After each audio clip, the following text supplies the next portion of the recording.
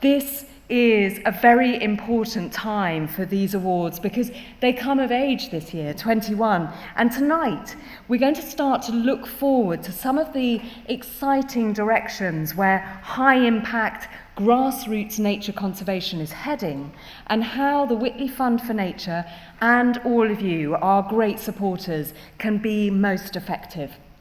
But first, let's start the evening by welcoming on stage the founder of WFN, Edward Whitley.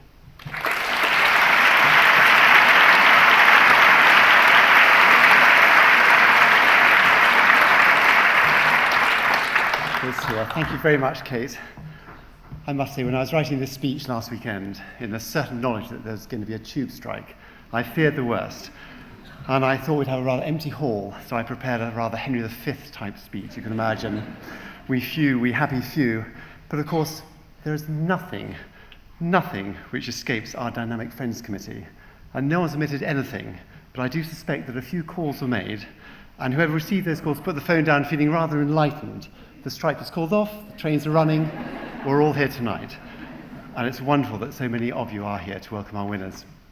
And a special note of thanks to our trustee, Sir David Attenborough, who is with us tonight on your birthday. And thank you.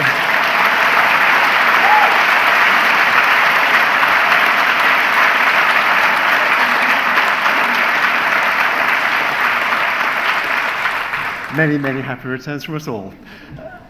In 2013, we had the most successful year. Again, brilliantly organised by our Friends Committee, Sir David and Alistair Fothergill, who produced the most successful natural history programmes I think ever made, gave the most compelling talk about their work, and they relived some of their adventures and their time together making these films.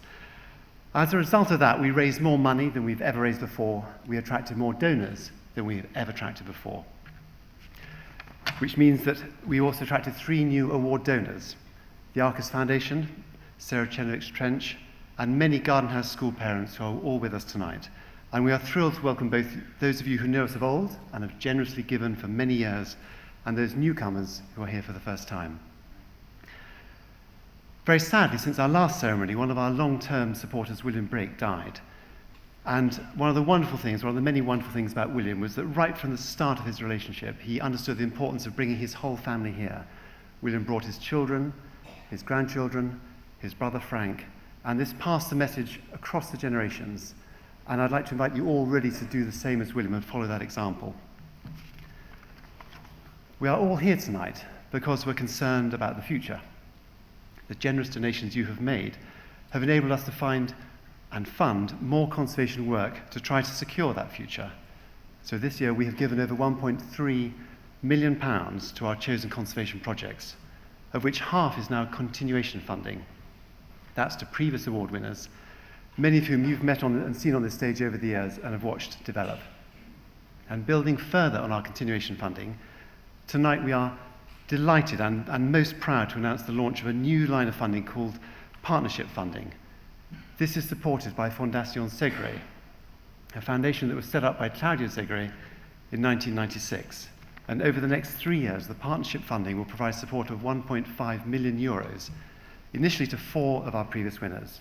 And we hope that many others will follow Claudio's vision. And I'd like to thank Claudio Segre for this most generous donation.